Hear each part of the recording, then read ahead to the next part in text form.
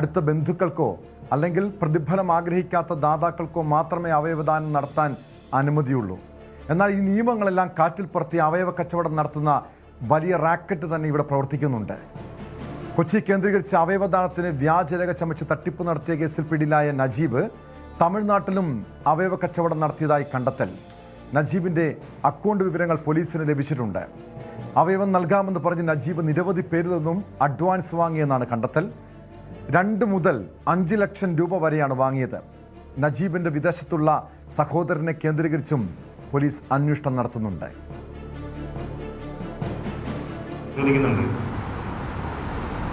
അതല്ല, കിഡ്നി ആവശ്യമുള്ള ആളുകൾ ഇത്തരം റാക്കറ്റ്സിനെ സമീപിച്ചുകൊണ്ട് അവർ ഓരോ ഇൻഡിവിജ്വൽ കേസുകളാണെങ്കിൽ ആ ഒരു ആംഗിൾ വരില്ല. അങ്ങനെയാണെങ്കിൽ അത് കൂടുതൽ അന്വേഷണം നടത്തിയെങ്കിൽ ഇതുപോലെയുള്ള ഒരു കൂടുതൽ ആളുകൾ പല സ്ഥലത്തും വന്നിട്ട് അവരുടെ കിഡ്നി ഇങ്ങനെ വ്യാപകമായി എടുത്ത് കൊടുക്കുന്ന സംവിധാനം ഉണ്ടെന്നുള്ളത് കണ്ടുപിടിക്കേണ്ടി വരും. അങ്ങനെ ഉണ്ടെങ്കിൽ ആ ആംഗിൾ അന്വേഷിക്കും. ഇപ്പോൾ ഇതിൽ കണ്ടെടുത്തുള്ള രേഖകളുടെ അടിസ്ഥാനത്തിലൊക്കെ ആണെങ്കിൽ നമ്മുടെ ഇവിടെയുള്ള ഹോസ്പിറ്റലിൽ തന്നെയാണ് ഈ സർജറിയൊക്കെ നടത്തിയിട്ടുള്ളത്.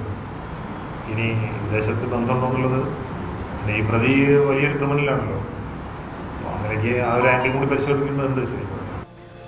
വിവരങ്ങളുമായി കൊച്ചിയിൽ നിന്ന് ആജ്ഞ രവീന്ദ്രൻ ചേരുന്നുണ്ട്.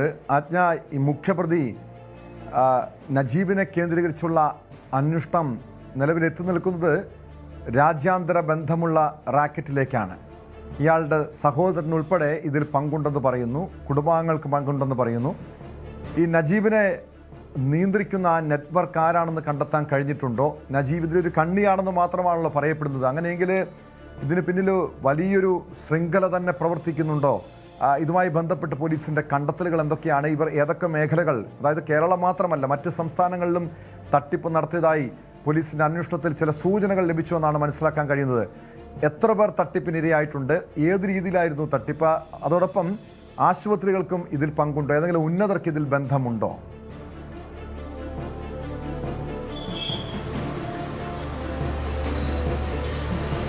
ഇതിൽ പോലീസ് വ്യാപകമായ ഒരു അന്വേഷണം നടത്തി വരികയാണ് എന്നാണ് മനസ്സിലാക്കാൻ കഴിയുന്നത്. പോലീസിന് ലഭിച്ച ഇൻഫർമേഷന്റെ അടിസ്ഥാനത്തിലാണ് ഇത്തരത്തിലൊരു അന്വേഷണത്തിന് തുടക്കമിടുന്നത് തന്നെ. പ്രത്യേകിച്ചും ഈ നമ്മളെ സംബന്ധിച്ചിട്ട് അവയവദാനത്തിന് ചില നിയമങ്ങളുണ്ട്. 2 തരം അവയവദാനങ്ങളാണെന്ന് മരണാനന്തര അവയവദാനവും മറ്റ് ജീവിച്ചിരിക്കുമ്പോഴുള്ള അവയവദാനവും. മരണാനന്തര അവയവദാനത്തിന് ബന്ധുക്കളുടെ സമ്മതപത്രം മാത്രം മതി.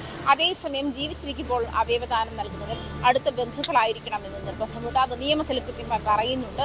ആ നിയമമാണ് വയലേറ്റ് ചെയ്യാൻ വേണ്ടിയിട്ടാണ് ഇത്രയധികം വ്യാജരേഖകൾ ഉണ്ടാക്കുകയും ഇത്രയധികം ആളുകളെ ഈ അവയവദാനത്തിന്റെ പറവിൽ അവയവ കച്ചവടത്തിലേക്ക് ഇത്ര ആളുകളെ ഇൻവോൾവ് ചെയ്യുന്ന ഒരു സാഹചര്യം ഉണ്ടായതുമെന്ന് വേണം വിലയിരുത്താൻ. പ്രത്യേകിച്ചും അടുത്ത ബന്ധുക്കളാണെന്ന് സ്ഥിരീകരിക്കാൻ വേണ്ടിയിട്ടുള്ള വ്യാജ ആധാർ കാർഡുകൾ, അതുപോലെ MP-മാരുടെയും MLA-മാരുടെയും ഒക്കെ ലെറ്റർ ഹെഡിലൊക്കെ തയ്യാറാക്കിയ ലെറ്ററുകൾ, അതുപോലെ സീലുകൾ, പോലീസ് ഓഫീസേഴ്സിൻ്റെ പോലീസ് ക്ലിയറൻസ് സർട്ടിഫിക്കറ്റുമായി ഉണ്ടാക്കിയ രേഖകൾ തുടങ്ങിയവയൊക്കെ സാക്ഷ്യപത്രങ്ങൾ അടക്കമുള്ളവയൊക്കെ വ്യാജമായി നിർമ്മിച്ച് നൽകുന്ന ഒരു സാഹചര്യത്തിലാണ് ഈ ഒരു അവയവദാനം അവയവ കച്ചവടത്തിന് വഴിമാറുന്നു എന്നുള്ളൊരു വ്യക്തത പോലീസിന് ലഭിക്കുന്നത്. ബന്ധപ്പെട്ട് നടത്തിയ അന്വേഷണത്തിൽ ഇപ്പോൾ നിലവിലുള്ള കേസിൽ നിലവിലെ മുഖ്യപ്രതി നജീബിനെ കേന്ദ്രീകരിച്ച് തന്നെയാണ് പോലീസ് അന്വേഷണം മുന്നോട്ട് നീങ്ങുന്നത്. നജീബിന് നമുക്കറിയാം, ഉത്തർപ്രദേശിലെ ഗാസിയാബാദിൽ നിന്നുമാണ് പോലീസ് പിടികൂടുന്നത്. അതും നജീബിന്റെ കോൾ ലിസ്റ്റുമായി ബന്ധപ്പെട്ട് ലൊക്കേഷൻ കേന്ദ്രീകരിച്ചുണ്ടായ അന്വേഷണത്തിലാണ് ഗാസിയാബാദിൽ നിന്ന് പിടികൂടുന്നത്. അതായത് നജീബ് ഈ കസ്റ്റഡിയിൽ എടുക്കുമെന്നുള്ള ഒരു ഇത് കേട്ടപ്പോൾ തന്നെ, അല്ലെങ്കിൽ ഈ സൺ ഫോട്ടോസ്റ്റാറ്റ് ഉടമ, അതുപോലെ മറ്റ് സയൻസ് സ്റ്റുഡിയോ എന്ന് പറയുന്ന സ്റ്റുഡിയോയുടെ ജീവനക്കാരൻ തുടങ്ങിയവരൊക്കെ അറസ്റ്റിലാകുന്ന ഒരു സാഹചര്യത്തിലാണ് നജീബ് കേരളം വിടുന്നത്. മുഖ്യപ്രതി നജീബിലേക്കുള്ള വിവരങ്ങൾ പോലീസിന് ലഭിച്ചിരുന്ന സാഹചര്യത്തിൽ തന്നെ നജീബ് കേരളം വിടുകയും ഉത്തർപ്രദേശിലേക്ക്, പ്രത്യേകിച്ചും ഡൽഹി കേന്ദ്രീകരിച്ച് അതായത് നജീബ് ഫോൺ സ്വിച്ച് ഓഫ് ചെയ്യുന്ന ഒരു സാഹചര്യമാണ് ഉണ്ടായത്. അപ്പോൾ പോലീസിന് അദ്ദേഹത്തിന്റെ കോൾ ലോഗിൽ നിന്നുമാണ് ഡൽഹി കേന്ദ്രീകരിച്ച് നടത്തിയ ചില ഹോട്ടലുകളിലേക്ക് നജീബ് വിളിച്ചുവെന്ന് പോലീസിന് മനസ്സിലാവുന്നതും തുടർന്ന് അവിടെ എത്തിയപ്പോഴേക്ക് നജീബ് അവിടെ നിന്നും രക്ഷപ്പെട്ടിരുന്നു. തുടർന്ന് ഗാസിയാബാദിൽ ഇദ്ദേഹത്തിന്റെ ഒരു അടുത്ത ബന്ധുവിന്റെ ഡീറ്റെയിൽസ് കിട്ടുന്നു. അതിലേക്ക് നിരവധി തവണ വിളിച്ചതായിട്ട് പോലീസ് കണ്ടെത്തുകയും അങ്ങനെയാണ് ഗാസിയാബാദിലുള്ള ബന്ധുവിന്റെ വീട്ടിൽ നിന്നും നജീബിനെ പോലീസ് കസ്റ്റഡിയിലെടുക്കുന്നത്. അതായത് അത്രയും ജാഗ്രത പോലീസ് ഈ വിഷയത്തിൽ കാണിക്കുന്നുണ്ട്. 25-ൽ അധികം ആളുകളെ ഇതിനകം കണ്ടെത്തിയിട്ടുണ്ട്, ദാതാക്കളെ കണ്ടെത്തിയിട്ടുണ്ട്. അവരുടെ വിവരങ്ങൾ ലഭിച്ചിട്ടുണ്ട് എന്ന് തന്നെയാണ് റൂറൽ SP വ്യക്തമാക്കുന്നത്. അങ്ങനെയാണ്, അതായത് എറണാകുളം സിറ്റി പോലീസും എറണാകുളം റൂറൽ പോലീസും നജീബിനെ സെപ്പറേറ്റ് ചോദ്യം ചെയ്യുകയും അതിൽ നിന്ന് കൂടുതൽ വിവരങ്ങൾ ലഭിക്കുന്നതനുസരിച്ചും അന്വേഷണം മുന്നോട്ട് പോകുമെന്നാണ് മനസ്സിലാക്കാൻ കഴിയുന്നത്. നജീബിന്റെ വിദേശ ബന്ധവും ഇതിനകം ആയിട്ടുണ്ട്. നജീബ് അതുപോലെ തമിഴ്നാട്ടിൽ നജീബ് നിരവധി ഇത്തരത്തിലുള്ള ഇടപെടലുകൾ നടത്തിയിട്ടുണ്ട്. നിരവധി അവയവദാതാക്കളെ കണ്ടെത്താനുള്ള ശ്രമങ്ങൾ നടത്തിയിട്ടുണ്ട്. അതായത് നജീബ് എന്ന് പറയുന്നത് കേസിലെ ഒരു കണ്ണി മാത്രമാണെന്ന് പോലീസിന് വ്യക്തമായിട്ടുണ്ട്. ഇതിന് പിന്നിൽ വലിയ ശൃംഖലയാണ് നജീബ് നയിക്കുന്നത്. അല്ലെ, ആ ശൃംഖലയുടെ ഒരറ്റം മാത്രമാണ് നജീബ് എന്നുള്ള വ്യക്തതയാണ് പോലീസിന് ഇപ്പോൾ ലഭിച്ചിരിക്കുന്നത്. നജീബിന്റെ വിദേശത്തുള്ള സഹോദരന്റെ വിവരങ്ങളും പോലീസ് അന്വേഷിക്കുന്നുണ്ട്. നജീബ് ഇതിനകം വാങ്ങിച്ചു കൂട്ടിയ സ്വത്തുക്കളുടെ വിവരം, അതുപോലെ നിരവധി സ്ഥലങ്ങളാണ് നജീബ് ഇതിനകം ഈ ഒരു കാലഘട്ടത്തിൽ വാങ്ങിച്ചു കൂട്ടിയതെന്നാണ് വ്യക്തമാകുന്നത്. നജീബിന്റെ അക്കൗണ്ടുകൾ പോലീസ് പരിശോധിച്ചു വരികയാണ്. തുടങ്ങിയ കാര്യങ്ങളൊക്കെ പരിശോധിക്കുമ്പോഴും മനുഷ്യക്കടത്ത് ഈ വിഷയത്തിൽ നടന്നിട്ടുണ്ടോ എന്നുള്ള ഒരു പരിശോധന കൂടി പോലീസ് ഈ വിഷയത്തിൽ നടക്കുന്നുണ്ട്. ആദ്യഘട്ടത്തിൽ ഇത് വ്യാജരേഖ ചമയ്ക്കൽ, അതായത് അവയവദാനം എന്നുള്ളത് നമുക്കറിയാം. പ്രത്യേകിച്ചും ഇറാനില് ഇതുമായി ബന്ധപ്പെട്ട് നിയമപരമായി തന്നെ അവയവ കച്ചവടം നടത്താൻ കഴിയുന്നൊരു രാജ്യമാണെന്നാണ് ഞാൻ മനസ്സിലാക്കുന്നത്. അങ്ങനെയുള്ള രാജ്യങ്ങളിലേക്ക് ഈ അവയവ കച്ചവടത്തിൻ്റെ ഭാഗമായി മനുഷ്യക്കടത്ത് നടത്തിയിട്ടുണ്ട് എന്ന രീതിയിലുള്ള സൂചനകളൊക്കെ നേരത്തെ പുറത്തു വന്നിട്ടുള്ളത്, അത്തരം വാർത്തകൾ പുറത്തു വന്നിട്ടുള്ളതാണ്. പക്ഷെ ഈ ഒരു കേസിന് പിന്നിൽ മറ്റു പല തലങ്ങളുണ്ട്. അതായത് ഇത് വ്യാജരേഖ ചമയ്ക്കൽ, മറ്റ് ജനപ്രതിനിധികളുടെയും പോലീസ് ഉദ്യോഗസ്ഥരുടെയും ഒക്കെ ലെറ്റർ പാഡ് തയ്യാറാക്കി അവിടെ വ്യാജമായ സീലുകൾ നിർമ്മിച്ച് അങ്ങനെ വലിയ തട്ടിപ്പ് നടത്തിയിട്ടുള്ള സംഭവം കൂടിയാണിത്. മാത്രമല്ല, എത്ര പേർ ഈ നജീബിൻ്റെ തട്ടിപ്പിന് ഇരയായിട്ടുണ്ട് എന്ന് വ്യക്തമായിട്ടുണ്ടോ? എത്ര പേർ ഈ അവയവം ദാനം ചെയ്തു, അതായത് നിയമവിരുദ്ധമായ അവയവം ദാനം ചെയ്തു എന്ന ഒരു കൃത്യമായ കണ്ടെത്തൽ പോലീസിന് ലഭിച്ചിട്ടുണ്ട്. പലരും, എനിക്ക് തോന്നുന്നു, ഈ നിയമക്കുരുക്കുള്ളത് കൊണ്ട് തന്നെ പലരും പുറത്തു പറയാൻ തയ്യാറാകില്ല, മാധ്യമങ്ങളോട് പ്രതികരിക്കുന്നില്ല, പോലീസിൽ പരാതിപ്പെടുന്നില്ല. ഇതിൻ്റെ മറവിൽ സാമ്പത്തിക ചൂഷണത്തിന് പോലും പലരും ഇരയായിട്ടുണ്ട് എന്ന സൂചനകൾ കൂടി പുറത്തു വരുന്നുണ്ടല്ലോ.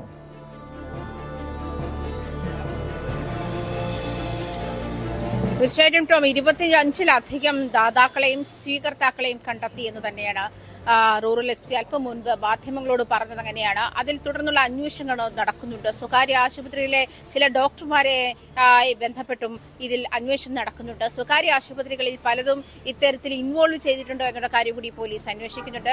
ഈ ശസ്ത്രക്രിയയിൽ ഏറെയും നടന്നിട്ടുള്ളത് കേരളത്തിലെ ആശുപത്രികളിലാണെന്നും പോലീസ് കണ്ടെത്തിയിട്ടുണ്ട്. എന്തായാലും ഒരു കാര്യം വ്യക്തമാണ്, ഇതൊരു ചെറിയ മാഫിയല്ല, അല്ലെങ്കിൽ നജീബ് എന്ന് പറയുന്ന ഒരു വ്യക്തിയിലേക്ക് മാത്രമല്ല ഈ കുറ്റകൃത്യത്തിന്റെ വ്യാപ്തി ഒടുങ്ങുന്നത് എന്ന് വ്യക്തമായിട്ടുണ്ട് പോലീസിന്. അതുകൊണ്ട് തന്നെ വരും ദിവസങ്ങളിൽ കൂടുതൽ അറസ്റ്റ് ഉണ്ടാകുമെന്നാണ് SP K സുദർശൻ മാധ്യമങ്ങളോട് വ്യക്തമാക്കിയത്. അങ്ങനെയാണ്, വരും ദിവസങ്ങളിൽ കൂടുതൽ അറസ്റ്റ് പ്രതീക്ഷിക്കാം. കൂടുതൽ പേരെ ചോദ്യം ചെയ്തു വരുന്നുണ്ട്.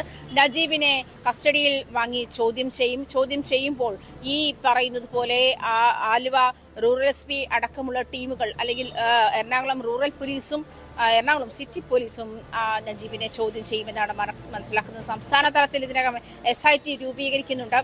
അത് മാത്രമല്ല, ചില മെഡിക്കൽ അതായത് ടെക്നീഷ്യന്മാരുടെ സഹായം കൂടി പോലീസ് ഈ വിഷയത്തിൽ തേടുന്നുണ്ട്. പ്രത്യേകിച്ച് ഇതുമായി ബന്ധപ്പെട്ടുള്ള സാങ്കേതികത വ്യക്തമാക്കാൻ വേണ്ടി. അതിൽ പ്രധാനപ്പെട്ട ഒരു കാര്യമെന്ന് പറയുന്നത്, ഈ രേഖകൾ പരിശോധിക്കുമ്പോൾ സ്റ്റേറ്റ് അതോറിറ്റിയാണ് ഇത് കൺഫേം ചെയ്യേണ്ടത്. അതായത് ഈ അവയവദാനവുമായി ബന്ധപ്പെട്ടുള്ള ഓതറൈസേഷൻ നൽകേണ്ട സ്റ്റേറ്റ് അതോറിറ്റിയാണ്. സ്റ്റേറ്റ് അതോറിറ്റി ഇതുമായി ബന്ധപ്പെട്ടൊരു സംശയം വന്നപ്പോൾ ഈ ലാബിലേക്ക് വിളിക്കുകയാണ്. അതായത് ഈ രേഖയിൽ നൽകിയിരിക്കുന്ന ഒരു ലാബിലേക്ക് വിളിക്കുകയാണ്. പലതിലും അതുപോലെ കൗണ്ടർ സീൽ വെക്കണം, അങ്ങനത്തെ രേഖകളില്ല, സീലുകളില്ല.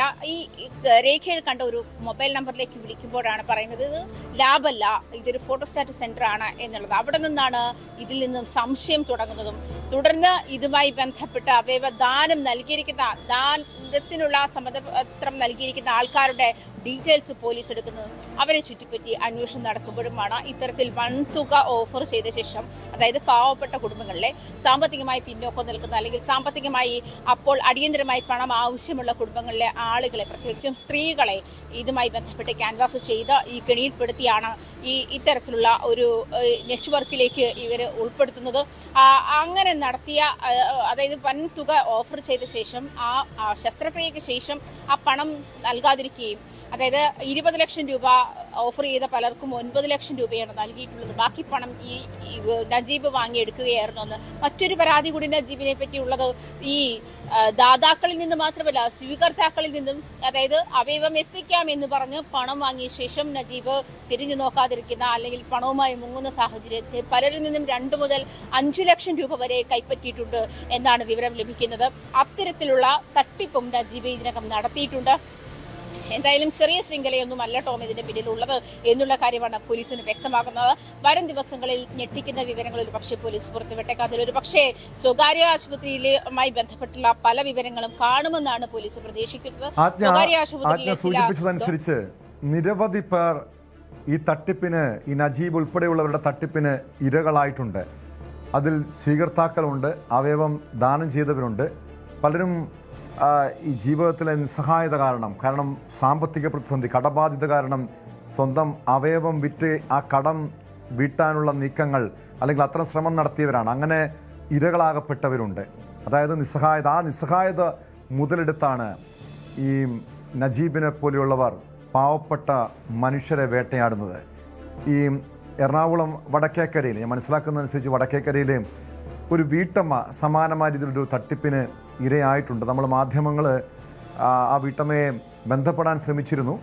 പക്ഷേ അവർ പോലീസിനോട് കാര്യങ്ങൾ വെളിപ്പെടുത്തുന്നില്ല, മാധ്യമങ്ങളോട് പറയുന്നില്ല. പക്ഷെ വലിയ രീതിയിൽ ഒരു സാമ്പത്തിക ചൂഷണത്തിന് അവർ ഇര ആയിട്ടുണ്ടെന്നാണ് മനസ്സിലാക്കുന്നത്. കാരണം അവരുടെ അവയവം ദാനം ചെയ്തു, പക്ഷേ അവർ ഓഫർ ചെയ്ത ഒരു തുക നൽകിയില്ല, നിസ്സാര തുക നൽകി അവരെ കബളിപ്പിച്ചിട്ടുണ്ട്. പക്ഷെ ഇതിന് നിയമപരമായി അവർ മുന്നോട്ട് പോകാൻ തയ്യാറായപ്പോഴാണ് മനസ്സിലായത് അവിടെ അവർക്കെതിരെയും ഒരു നിയമക്കുരുക്കുണ്ട്. അവരും ആ കേസിൽ അങ്ങനെ പരാതിയുമായി മുന്നോട്ട് പോയാൽ നിയമവിരുദ്ധമായി അവയവം ദാനം ചെയ്തതിൽ അവരും പ്രതിപ്പട്ടികയിലേക്ക് വന്നേക്കാമെന്ന്. ഒരുപക്ഷെ അതുകൊണ്ടായിരിക്കാമല്ലേ ആ വീട്ടമ്മ പരാതി നൽകാത്തത്, പ്രതികരിക്കാത്തത്. ഇതുപോലെ നിരവധി പേർ പരാതി നൽകാതെ, ആരോടും പറയാതെ ഇങ്ങനെ സത്യം ഈ ഒരു പ്രശ്നങ്ങൾ കാരണം, ഈ നിയമക്കുരുക്ക് കാരണം മൂടിവെക്കുന്നുണ്ടാകാമല്ലേ ആജ്ഞ? തീർച്ചയായിട്ടും ഇങ്ങനെ അടുത്ത ബന്ധുക്കൾക്കാണ് അവയവം ദാനം നൽകാൻ കഴിയുക എന്നുള്ള നിയമം നിൽക്കുന്നതാണ്. ആ ഒരു ലൂപ്പ് ഹോളാണ് ഈ വലിയ മാഫിയയ്ക്ക് വളരാനുള്ള ഇടം കൊടുത്തത് എന്നുള്ള ഒരു നിരീക്ഷണം കൂടിയുണ്ട് കേട്ടോ. പ്രത്യേകിച്ചും ഇതുമായി ബന്ധപ്പെട്ട് വടക്കേക്കര സ്വദേശിനിയായ ലേഡിയെ നമ്മൾ കോൺടാക്ട് ചെയ്തിരുന്നതാണ്. അവർ മാധ്യമങ്ങളോട് സംസാരിക്കില്ല എന്നുള്ള കാര്യം വെളിപ്പെടുത്തുന്നുണ്ട്. മാധ്യമങ്ങളോട് സംസാരിക്കാത്തത് പക്ഷേ ടോം പറഞ്ഞതുപോലെ ഈ ഒരു സൂചകം കൂടി അതിനകത്തുള്ളത് കൊണ്ടായിരിക്കാം ഈ ഒരു പ്രത്യേകിച്ചും ഈ കേസിലെ പ്രതി കൂടിയാകുന്ന, അതായത് അവയവം വിൽക്കുന്നതും വാങ്ങുന്നതും ഒരുപോലെ തന്നെ കുറ്റകൃത്യമാണ് എന്ന് തന്നെയാണ്. അതുകൊണ്ട് തന്നെ ഇവർ ഒരുപക്ഷെ പ്രതിപട്ടികയിലേക്ക് വന്നേക്കാം. ആ ഒരു സാഹചര്യം കൂടി കണക്കിലെടുത്തുകൊണ്ടായിരിക്കാം അവർ കൂടുതൽ വെളിപ്പെടുത്തൽ അല്ലെങ്കിൽ ഐഡന്റിറ്റി വെളിപ്പെടുത്തുന്നതുമായി ബന്ധപ്പെട്ടുള്ള നീക്കങ്ങളിലേക്ക് അവർ നീങ്ങാത്തതെന്ന് വേണം പറയാൻ. അവരും കബളിപ്പിക്കപ്പെട്ടു എന്ന് തന്നെയാണ്. കാരണം 20 ലക്ഷം രൂപയാണ് അവർക്ക് ഓഫർ ചെയ്തത്, പക്ഷെ 9 ലക്ഷം രൂപയാണ് അവർക്ക് നൽകിയത്. പക്ഷേ ഇത് കൃത്യമായി ഞാൻ മനസ്സിലാക്കിയെടുത്തോളം അവര് സ്റ്റേറ്റ് അതോറിറ്റി ഇതുമായി ബന്ധപ്പെട്ട, അതായത് അവയവം ദാനം ചെയ്യാനുള്ള അവർക്ക് നൽകുന്ന കൺസെന്റ് സ്റ്റേറ്റ് അതോറിറ്റി ചില സംശയങ്ങളുടെ അടിസ്ഥാനത്തിൽ തള്ളുകയുണ്ടായി. തുടർന്ന് അവർ ഹൈക്കോടതിയെ സമീപിക്കുകയും ഹൈക്കോടതി വീണ്ടും അത് പരിശോധിക്കാൻ പറയുകയും ചെയ്യുന്നു. ആ ഒരു സമയത്താണ് ഇത്തരത്തിൽ അത് വീണ്ടും തള്ളുന്ന ഒരു സാഹചര്യത്തിൽ പിന്നീട് ഇവർ മലപ്പുറത്തുള്ള ആർക്കോ അവയവം വിറ്റു എന്ന ഒരു ഇൻഫർമേഷൻ പോലീസിന് ലഭിക്കുന്നതും അങ്ങനെയെങ്കിൽ ഇവരുടെ കയ്യിൽ പണമുണ്ടാകും എന്നുള്ള വിവരത്തിന്റെ അടിസ്ഥാനത്തിലാണ് പോലീസ് അവരെ വീട് സെർച്ച് ചെയ്തതും പരിശോധനയ്ക്കിടയിൽ ഇവർക്ക് 9 ലക്ഷം രൂപ കിട്ടി എന്നുള്ള വിവരവും പോലീസിന് വ്യക്തമാകുന്നതും അങ്ങനെയാണ് ഇവരിൽ നിന്ന് ഈ ഒരു അന്വേഷണം വരുന്നത് തന്നെ ഇത്തരത്തിൽ ഇവർ അവയവം വിറ്റു എന്നുള്ള ഒരു ഇൻഫർമേഷൻ പോലീസിന് ലഭിക്കുന്നതിന്റെ അടിസ്ഥാനത്തിലാണ് ഇത്തരത്തിലൊരു ഒരു അന്വേഷണം വന്നതും. അതുകൊണ്ട് തന്നെ ടോം സൂചിപ്പിച്ചതുപോലെ തന്നെ അവരും ദാനം നൽകിയവരാണ്, അവയവം ദാനം നൽകിയവരാണ്. അത് ദാനമല്ല കച്ചവടമാണ് എന്നുള്ള ഒരു തരത്തിലേക്ക് വരുമ്പോൾ അത് അവരും പ്രതിപട്ടികയിലേക്ക് വരുന്ന ഒരു സാഹചര്യത്തിൽ തന്നെയാണ്. അതുകൊണ്ടായിരിക്കാം പല ഇരകളും ഇക്കാര്യവും അതും ഇവര് മുതലെടുക്കുന്നില്ലേ എന്നൊരു ചോദ്യം ബാക്കിയാവുകയാണ്. പ്രത്യേകിച്ചും അവയവം വിറ്റു, അത് കബളിപ്പിക്കപ്പെട്ടാൽ തന്നെ ഇപ്പം 20 ലക്ഷം രൂപ നൽകാമെന്ന് പറഞ്ഞു 9 ലക്ഷം രൂപ നൽകിയാൽ തന്നെയും ആരോട് പരാതി പറയുമെന്നുള്ള ഒരു സാധ്യത ബാക്കി നിൽക്കുന്നത് കൊണ്ടാണ്, പരാതിപ്പെടാനുള്ള ഒരു ഇടമില്ല എന്നുള്ളത് ഒരു സാഹചര്യം ബാക്കി നിൽക്കുന്നത് കൊണ്ടാണ് ഈ ആളുകൾ അല്ലെങ്കിൽ ഈ മാഫിയ, ഈ നെറ്റ്വർക്ക് ഇങ്ങനെ ഈ ആളുകളെ ചൂഷണം ചെയ്യുന്ന ഒരു തരത്തിലേക്ക് പോകുന്നതെന്നുള്ള നിരീക്ഷണങ്ങളും വന്നിട്ടുണ്ട്. എന്തായാലും ഈ അവയവം ദാനം ചെയ്യുന്നത് അതിന് പകരം അവയവ കച്ചവടം നമ്മുടെ നിയമത്തെ സംബന്ധിച്ച്, രാജ്യത്തെ നിയമത്തെ സംബന്ധിച്ചിട്ട് കുറ്റകൃത്യമാണ്. അതുകൊണ്ട് തന്നെ ഒരു പണിഷബിൾ ഒഫൻസുമാണ് എന്നാണ് മനസ്സിലാക്കുന്നത്.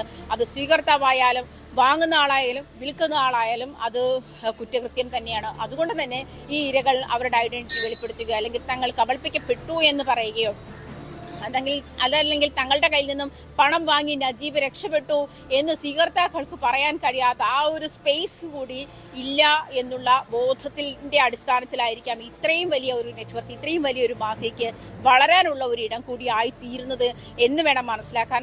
എന്തായാലും വരും ദിവസങ്ങളിലൊക്കെ വലിയ കണ്ണികളിലേക്ക്, വലിയ ആളുകളിലേക്കൊക്കെ ഈ അന്വേഷണം എത്തിയേക്കാം. എന്തായാലും നജീബിനെ കേന്ദ്രീകരിച്ചതിന്, നജീബിനെ കസ്റ്റഡിയിൽ വാങ്ങിയ ചോദ്യം ചെയ്യുന്നതോടുകൂടി വിഷയത്തിൽ കൂടുതൽ വ്യക്തതയുണ്ടാകുമെന്നാണ് പോലീസ് വ്യക്തമാക്കുന്നത്. എന്തായാലും വരും ദിവസങ്ങളിൽ സംസ്ഥാന വ്യാപകമായി സംസ്ഥാനത്ത് ഇതിനെ വ്യക്തമാണ്. കൊച്ചിയിൽ നിന്ന് ആജ്ഞ രവീന്ദ്രനാണ് വിവരങ്ങൾ നൽകിയത്.